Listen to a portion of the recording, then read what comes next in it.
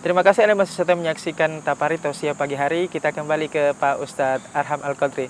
Silakan Tabik dilanjutkan tadi.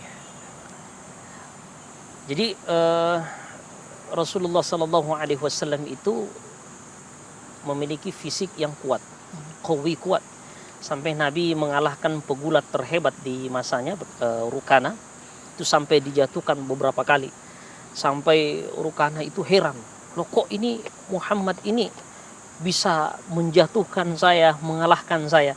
Sampai gilanya pada saat itu Rukana menyampaikan, Muhammad, kamu ini tukang sihir, seperti itu. Sampai Rukana menyampaikan, Muhammad, saya akan masuk Islam kalau kamu bisa membuat pohon itu berbicara. Seketika itu Rasulullah perintahkan pohon berbicara, langsung pohonnya ngomong, asyhadu an la ilaha illallah wa bersyahadat, bersyahadat. Rukana heran lagi, nantang lagi Muhammad, kamu ini tukang sihir, seperti itu. Saya akan masuk Islam kalau kamu bisa membelah yang namanya bulan. Dalam sejarah Islam kan ada peristiwa di mana terbelahnya bulan. Maka ketika Rasulullah Shallallahu Alaihi Wasallam ditantang untuk membelah bulan, Nabi menyampaikan, amma hadza fathun nas. Adapun membelah bulan, maka kumpulkan semua manusia untuk menjadi saksi. Maka dikumpulkanlah manusia pada saat itu untuk menjadi saksi.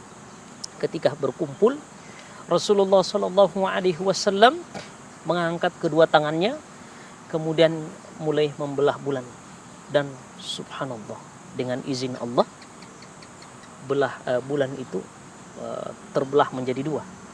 Dan dalam peradaban India kuno, ya, ada satu tahun itu disebut dengan tahun terbelahnya bulan.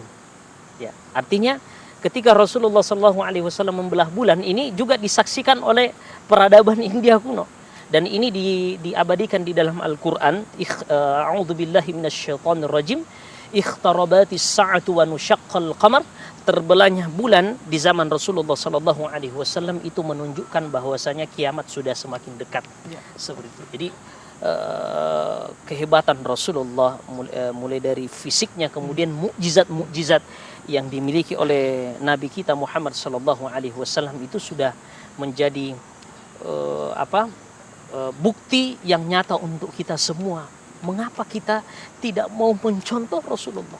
Ya, seperti itu. Kita sampai ke segmen terakhir, Pak Ustadz. Ini kesimpulannya apa? Tema kita hari ini, kesimpulannya bisa diberikan kita. Pemirsa Net TV yang dimuliakan Allah Subhanahu Wa Taala, bahwa sudah jelas Nabi ini sudah menjadi contoh yang terbaik bagi kita semua, teladan yang terbaik. Maka Rasulullah bersabda, kullu ummati yadkhuluna jannah. Semua umatku itu dijamin masuk surga. Itu kata Rasulullah. Artinya dimanapun kita berada, di tempat, di kantor tempat kerja kita, ada jaminan masuk surga, kata Rasulullah. Illa man aba, kecuali yang menolak, kecuali yang tidak mau. Maka sahabat bertanya, waman ya'ba ya Rasulullah, siapakah orang itu ya Rasulullah, bodoh-bodohnya diajak masuk surga kemudian ia menolak? Maka Nabi menyampaikan, qala man ata'ani dakhalal jannah wa man asani faqad aba. Siapa yang ikut perintahku, ikut ajaranku, ikut sunnahku, maka mereka itulah yang mau diajak masuk surga. Tapi siapa yang menolak, melanggar ajaran Nabi, tidak taat kepada ajaran Nabi, maka mereka itu yang tidak mau diajak masuk surga. Jadi sederhananya, kita ikut sama Nabi, nurut sama Nabi, dijamin masuk surga. Tapi tidak nurut sama Nabi, maka menolak, diajak masuk surga.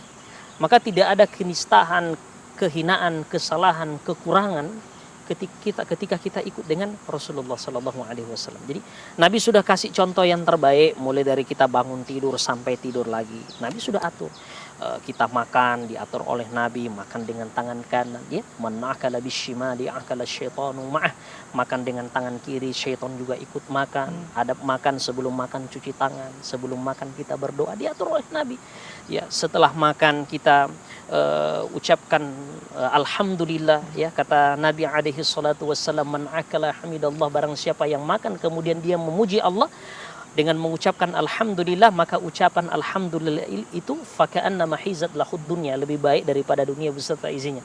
Sampai kemudian kita tidur lagi diatur oleh Nabi, berjumpa dengan istri kita di malam hari, berjima, berhubungan suami istri, itu diatur oleh Nabi. Kenapa diatur oleh Nabi?